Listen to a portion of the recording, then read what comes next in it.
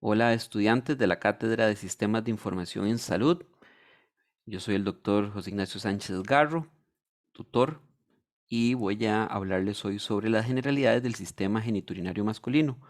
Vamos a hacer un repaso de las principales características anatómicas, fisiopatológicas y vamos a tener un repaso por algunos aspectos clínicos importantes que también es necesario que ustedes sepan. Empezamos con la parte de anatomía y fisiología para hacer un pequeño repaso de esta parte.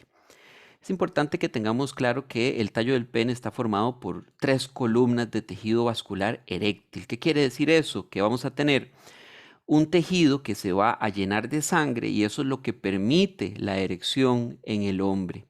Y también un cuerpo esponjoso que ahí es donde va a estar la uretra.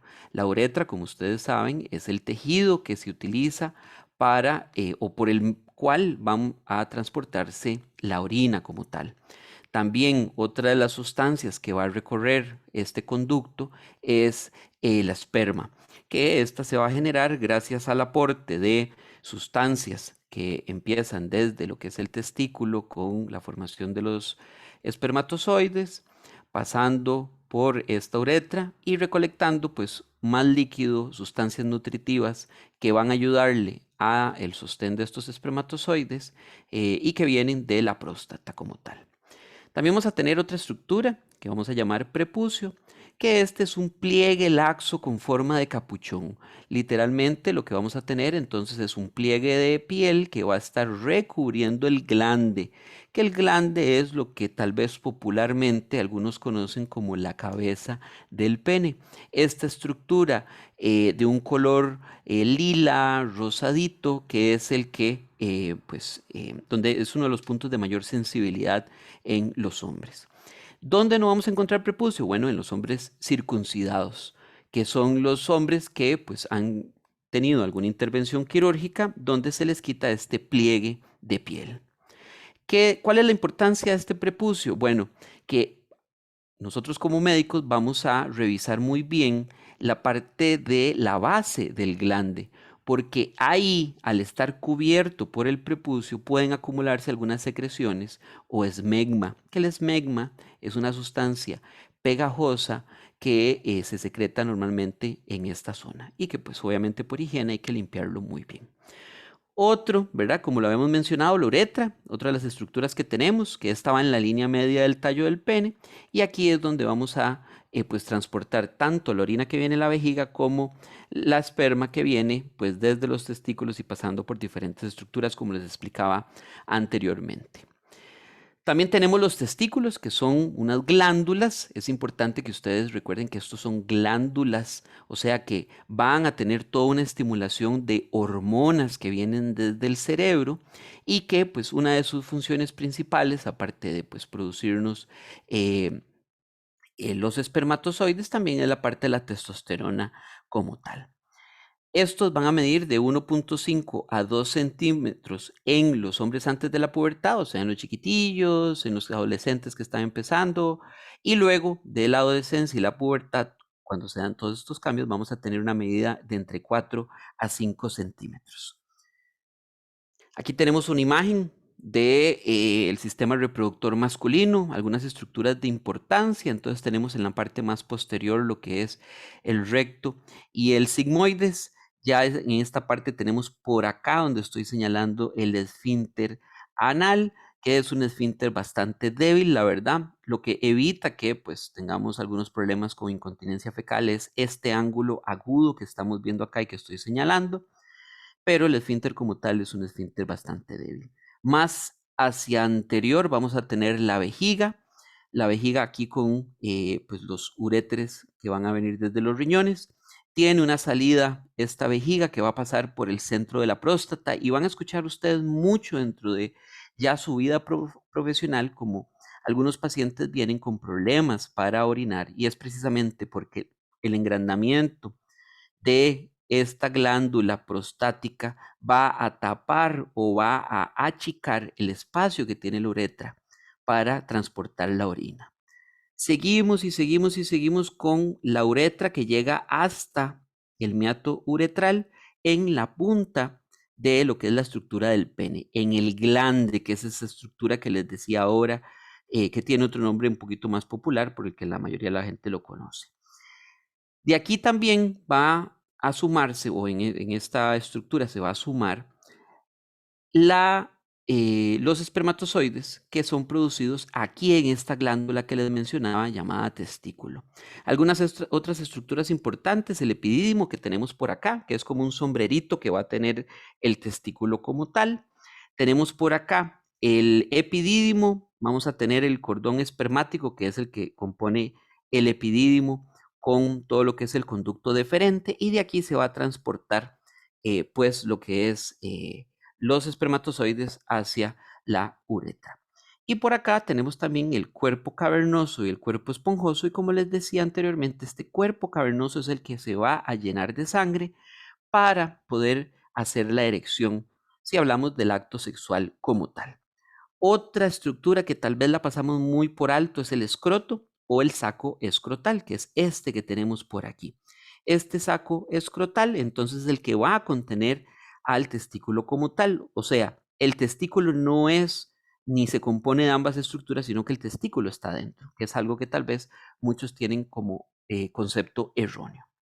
Si hablamos un poquito desde ya la fisiología, bueno, vamos a tener algunas hormonas importantes como la hormona liberadora de gonadotropina o la GnRH, que esta hormona lo que va a hacer es literalmente dar la señal de salida, la señal de arranque para que la hipófisis o glándula pituitaria, como tal vez algunos de ustedes lo conocen, me sintetice, o sea, me haga de cero dos hormonas importantes y me las secrete, o sea, que me las libere. Estas dos hormonas van a ser la hormona luteinizante, la LH, y la folículo estimulante. La LH como tal, la hormona luteinizante, va a actuar sobre las células de Leydig para poder formar testosterona, que como anteriormente les mencionaba, esta testosterona es una de las funciones que tiene el testículo dentro de nuestro organismo. ¿Qué pasa con la testosterona? Bueno, me permite o me facilita el crecimiento de los genitales masculinos, lo que es la próstata, todo lo que son las vesículas seminales, también todos los rasgos sexuales secundarios, por ejemplo, la barba, el bigote, el vello corporal en el pecho, en la espalda, que por cierto, y dato curioso, a quienes tengan calvicie es porque tienen mucha testosterona. Resulta que la testosterona no solo hace pues la aparición de vello corporal, pero hace calvicie. Entonces, pues hay un dato curioso, pues para los que les gusta pues aprender un poquitito más. Y también vamos a tener que hay un crecimiento músculo-esquelético gracias al crecimiento de la laringe.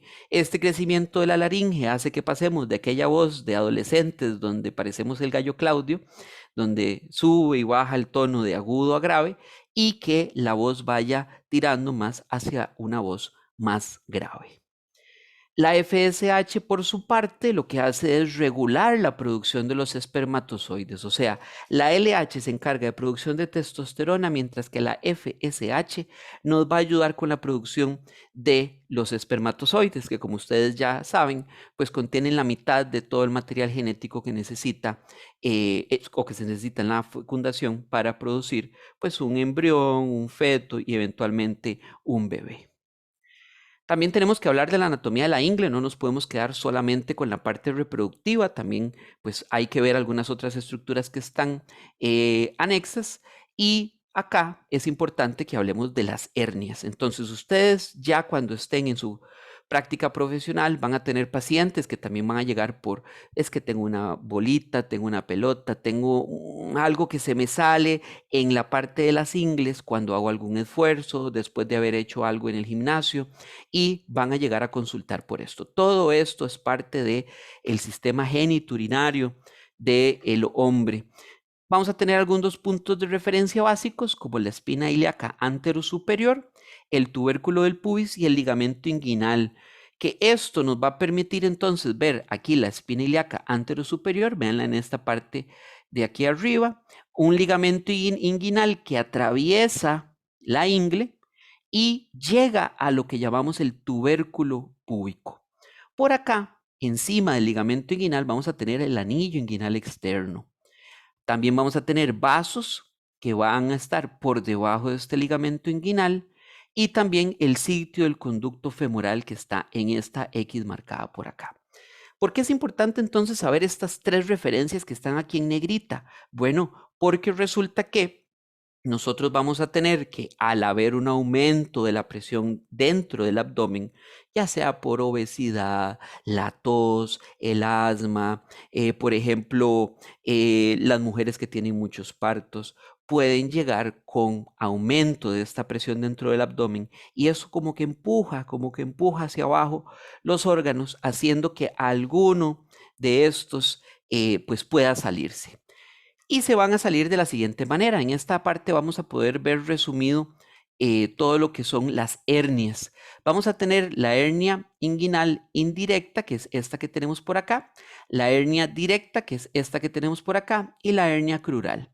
Importante que la hernia indirecta es la que vamos a tener eh, principalmente en cualquiera de las edades y en ambos sexos. Podemos verlo más que todo en los niños y muy pocas veces en los adultos. Entonces, por encima de este ligamento es que vamos a tener esta hernia indirecta. Yéndose más hacia el tubérculo, vamos a tener la hernia directa. Esta va a ser mucho menos frecuente. Por lo general lo vamos a tener en hombres mayores de 40 años y muy pocas veces en las mujeres. Y la hernia crural, vean que a diferencia de estas dos que están por encima del ligamento, esta está cerquita del tubérculo, muy parecido a la hernia directa, pero totalmente por debajo del ligamento. Entonces vamos a tener que va a ser por debajo, pero cerca del tubérculo. Cosas importantes dentro de la historia clínica, cosas que tal vez ustedes puedan preguntar a la hora de pues, los pacientes llegar a sacar sus citas y que le puede ayudar tanto al personal de enfermería como al personal médico, o motivos por los cuales van a consultar los pacientes. La salud sexual, no se nos puede olvidar que aunque creamos que el sistema reproductor o el sistema geniturinario es únicamente algo orgánico, o sea, algo que yo puedo, digamos, ver, también la salud sexual y reproductiva es importante. Eso puede ir hasta desde un componente psicológico. Las secreciones o lesiones del pene, que ahora vamos a ver algunas lesiones de las más frecuentes. Dolor o tumefacción o lesiones del escroto, que recuerden que es la bolsita que contiene el testículo. Y las enfermedades de transmisión sexual, que van a ser una consulta muy frecuente. Pues obviamente nosotros siempre preguntamos cuál es el motivo, o sea, por qué es que tenemos que hacer estas consultas. Siempre, y recuerden, preguntar todo esto, cuando un paciente llega a consultar sobre la actividad sexual, sobre su función sexual, sobre su deseo sexual, sobre alguna enfermedad de transmisión sexual, llega con vergüenza, llega con pena, llega que no quiere decir mucho. Entonces ustedes tienen que, pues, obviamente, como primer contacto con los pacientes, tratar de que el paciente se sienta cómodo, que haya una confidencialidad que es importantísima para que el paciente entonces diga, bueno, aquí yo voy a venir con confianza a exponer qué es lo que me está sucediendo. Algunas de las cosas que nosotros decimos y que ustedes pues de aquí pueden modificar, pues para brindarle una atención adecuada es necesario que revise su salud sexual y compruebe si está en riesgo de padecer alguna enfermedad de transmisión sexual. Sé que esto es un tema delicado y toda la información que usted comparta conmigo será confidencial y quedará entre nosotros. Si se va a trabajar en la Caja Costarricense del Seguro Social, recuerden que hay unos derechos del asegurado y dentro de esos está la confidencialidad, por lo que para ustedes también un discurso neutral, sin juzgar, donde hablan de confidencialidad es importantísimo. Algunos grupos de que pueden llegar a consultar, pero que normalmente nosotros decimos, mentira, no van a venir a consultar sobre algo sexual o algo reproductivo o algo relacionado con sus genitales. Bueno, las personas con algún grado de discapacidad que creemos por una cultura pues muy mala, la verdad, que no van a tener relaciones sexuales, que no van a tener parejas sexuales, pues todo lo contrario. Pues todo lo contrario, hay estigmas sociales que hacen que creamos que no, pero en realidad son personas que tienen una vida pues igual que la de cualquier persona sin algún grado de discapacidad. Las personas con enfermedades mentales, desde ansiedad y depresión hasta alguna persona con esquizofrenia, con bipolaridad, todas estas personas también hay que pensar que pueden consultar por estos temas. Personas con lesiones cerebrales traumáticas, ¿por qué? Porque a nivel cerebral también vamos a tener algunas afectaciones, como les explicaba, a nivel del hipotálamo con la secreción de la GNRH o a nivel de la pituitaria o hipófisis con la síntesis y secreción de LH y FSH, que también podrían afectarme todo lo que es la parte sexual y reproductiva. Y los pacientes geriátricos. Todos creen que el abuelito, que la abuelita, que el adulto mayor, que la adulta mayor no realizan ninguna práctica sexual y esto también es un error. Entonces, por favor, no supongan nada sobre la salud sexual, no vayan a juzgar a ningún paciente, siempre sean lo más abiertos, sin juzgar independientemente de sus creencias, si son un poco más conservadores, siempre sean muy abiertos ya que este es un tema complicado para algunos pacientes. También, si hablamos de preferencia sexual e identidad de género, es importante hacer siempre preguntas neutras.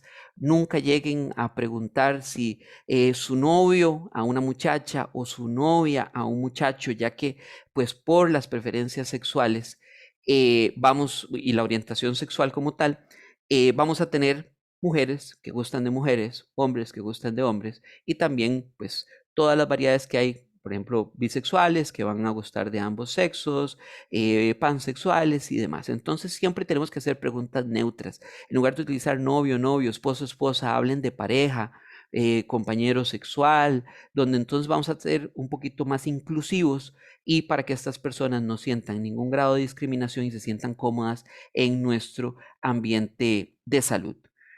Preguntas o consultas que también van dentro de todo esto, la respuesta sexual, el deseo sexual, la libido, que es esa pues sensación de deseo sexual como tal, y el orgasmo y la eyaculación, que son consultas que vamos a tener muy frecuentemente en la consulta médica y que ustedes van a pues tener contacto con estos pacientes. Por ejemplo, algunas de las preguntas, y para no pues cansarlos muchos con el tema tal vez de la entrevista médica, algunos llegan con problemas de eyaculación prematura. Entonces hacemos preguntas de cuánto tiempo dura el coito, cuánto tarda en alcanzar el clímax, si puede controlar el clímax o piensa que su pareja, que es una pregunta muy bonita, usted piensa que a su pareja le gustaría que durara un poco más en el coito. Es una forma muy bonita de preguntar si en realidad el acto sexual es muy corto. Y así hacemos sentir cómodos a la persona. Como les decía, hay aspectos psicológicos que pueden afectar a estos pacientes. Entonces, por ejemplo, nosotros con la depresión, algunos medicamentos que enviamos pueden hacer que estos pacientes tengan problemas de la libido o la disfunción eréctil puede ir, pues, en algunos casos relacionado con diabetes, con hipertensión, con problemas cardíacos. Entonces siempre es importante pues no descartar o no dar citas de morbilidad a algunos pacientes con estas afectaciones que pueden pues por el tabú hacer que el paciente venga varias veces y tal vez uno dice, uy, es que viene demasiadas veces. Bueno, por algo será, algo tiene que o le da vergüenza o no, pues ha tenido el valor para poder comentar un poquito sobre este tema. Sobre secreciones, es importante entonces que ustedes conozcan que los pacientes nos llegan con secreciones del pene, goteo o manchado la ropa interior, que para nosotros es importantísimo preguntar esto. Tal vez uno no ve cómo sale la secreción, pero sí puede ver que en el boxer o en el calzoncillo hay una mancha de alguna de estas secreciones. También vemos si hay pues, fiebre, escalofríos o algún síntoma que esté asociado y principalmente entonces enviamos pruebas de enfermedad de transmisión sexual para ir descartando, algunas de estas temas.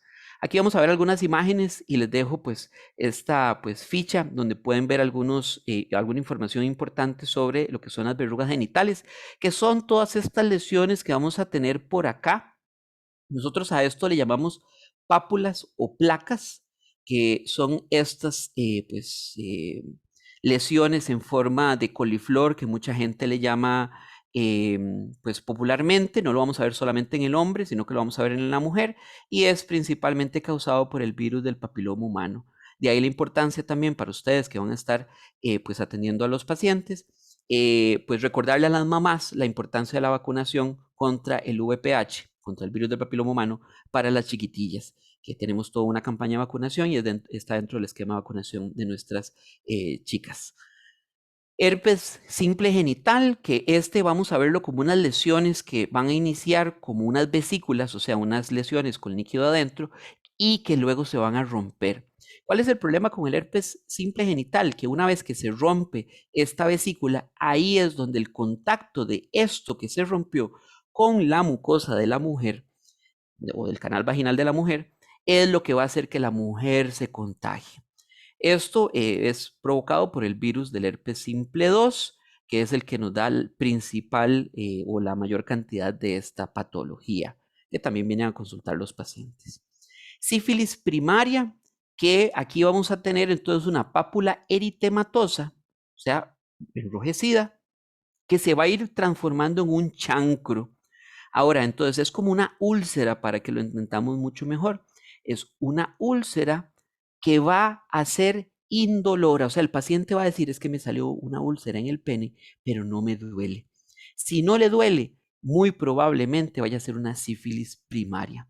Es causado por el treponema pallidum y pues esto hay que tratarlo porque si dejamos que avance puede evolucionar a una sífilis secundaria o una neurosífilis, que es cuando ya nos afecta al sistema nervioso central. El chancroide es esta lesión que tenemos por acá, que tal vez ustedes dicen, bueno, chancroide me suena a chancro, que usted lo mencionó en la anterior de la sífilis, sí, se parece, también va a tener un chancro, con la diferencia de que el chancroide va a ser doloroso, a diferencia de la sífilis. Y el microorganismo que nos va a generar este chancroide es el Haemophilus ducreyi, que es el que nos va a producir pues esta enfermedad. Siempre es importante para nosotros consultar sobre las parejas sexuales. Ustedes tienen una ventaja y es que al estar recibiendo a estos pacientes ya los van conociendo, ya saben si son personas que están casadas, en unión libre, si están solteras. A veces pues hay gente que pues les comenta algunas cosas y ustedes pueden enterarse de cuántas parejas sexuales. Recuerden que siempre es importante esto, manejarlo con toda confidencialidad y hacérselo saber al personal de enfermería o al personal médico dentro del centro de salud, porque toda esta información va a ser importante para el diagnóstico del paciente. Al final de cuentas, en un centro de salud todos somos un equipo y todo lo que aportamos desde la gestión administrativa, estadística, el servicio al cliente y la atención médica de enfermería y farmacológica van a ayudar a que este paciente pues mejore muchísimo. Entonces siempre pues quien tenga múltiples parejas sexuales está ante mayor riesgo de enfermedad de transmisión sexual y riesgo de infección por VIH. ¿Podemos hacer promoción de la salud? Pues sí, si estamos en un EVAIS, ese es el sentido principal de un EVAIS, la promoción de la salud y la prevención de las enfermedades. ¿Y cómo prevenimos o cuál es una de las enfermedades que principalmente podemos prevenir? Pues el cáncer testicular, que es en realidad poco frecuente gracias a que el autoexamen nos permite detectar los casos que aparecen, es muy sensible al tratamiento, entonces una vez que lo agarramos en una etapa temprana lo podemos tratar y podemos hacer que este paciente pues se cure de este cáncer. Normalmente va a ser en pacientes jóvenes, a diferencia del cáncer tal vez tradicional que todos conocemos, donde es el adulto o el adulto mayor. Esto es en adultos jóvenes entre los 20 y 34 años que van a llegar porque les duele un testículo, porque se tocaron una masita, porque en algún momento pues algo sintieron y tienen pues un poquito de miedo y por eso llegan a consultar. Algunos factores de riesgo, antecedentes familiares de cáncer testicular, la infección por HIV, entonces ojo pendiente aquí con los pacientes seropositivos y antecedentes de criptorquidia, que es cuando el testículo no desciende y se queda dentro de la cavidad abdominal.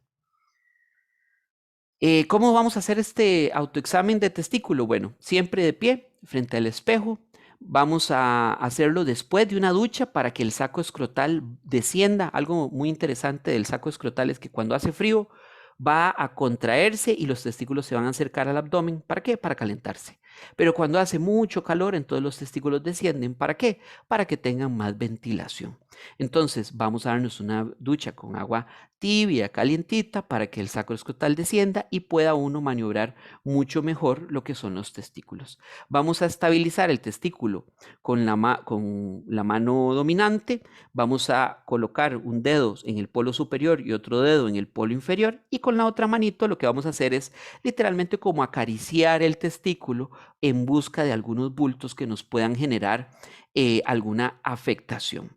Si encontramos una masa firme o si tenemos alguna lesión que pareciera sospechosa, es mejor entonces siempre recomendar que consulten con el médico sobre este tema. Algunas técnicas de exploración, nada más para entonces ver cómo la anatomía que ustedes están estudiando va de la mano con la exploración que se realiza en la práctica médica. Hay que revisar la piel, ver todo lo que son las superficies, tanto la parte dorsal como ventral, la base del pene buscando escoriaciones o alguna inflamación, y hay que estirar el pene si es necesario para la salida de alguna secreción. El prepucio o capuchón, ¿verdad? Si está presente, entonces pedimos al paciente que haga una retracción, que lo haga para atrás para ver cuáles lesiones. Claro, los chancros o los carcinomas que comentábamos anteriormente. Ver si hay presencia del esmegma, que es esa sustancia blanquecina que podría estar ahí en la base del el glande. En el glande como tal podemos buscar úlceras como las que vimos y ahorita vamos a ver algunas otras imágenes, cicatrices o algunos nódulos de inflamación. Y el meato uretral, ver si hay alguna salida de líquido. ¿Cómo vamos a revisarlo? Así, normalmente eso es una línea recta vertical y cuando presionamos con ambos dedos vamos a ver si aquí hay salida de alguna secreción y eso nos permite ver también si hay alguna relación de esta secreción con alguna de las enfermedades que diagnosticamos. Importante siempre, ¿verdad? Que de estas secreciones podríamos tomar algún cultivo para enviar al laboratorio. Entonces siempre es importante pues que haya disponibilidad de estos kits en nuestro centro de salud para la toma adecuada de este tipo de muestras. Si hablamos del escroto, lo mismo, buscamos en la piel, vemos la cara posterior, hay que levantar el escroto, o sea, movilizar la estructura como tal. Hay que buscar cualquier lesión o cicatriz, ver la cantidad de vello púbico para ver si también no hay algún grado de pérdida de este vello púbico, el contorno del escroto para ver si hay tumefacciones, masas, las venas abultadas que también podríamos ver y las áreas inguinales, como les mencionaba, que no están fuera de todo este sistema, sino que están dentro de todo lo que tenemos que revisar. Entonces podríamos ver algunas lesiones como estas, que son quistes epidermoides, que son lesiones que son benignas y que podríamos ver algunas de estas como unos nódulos blanquecinos.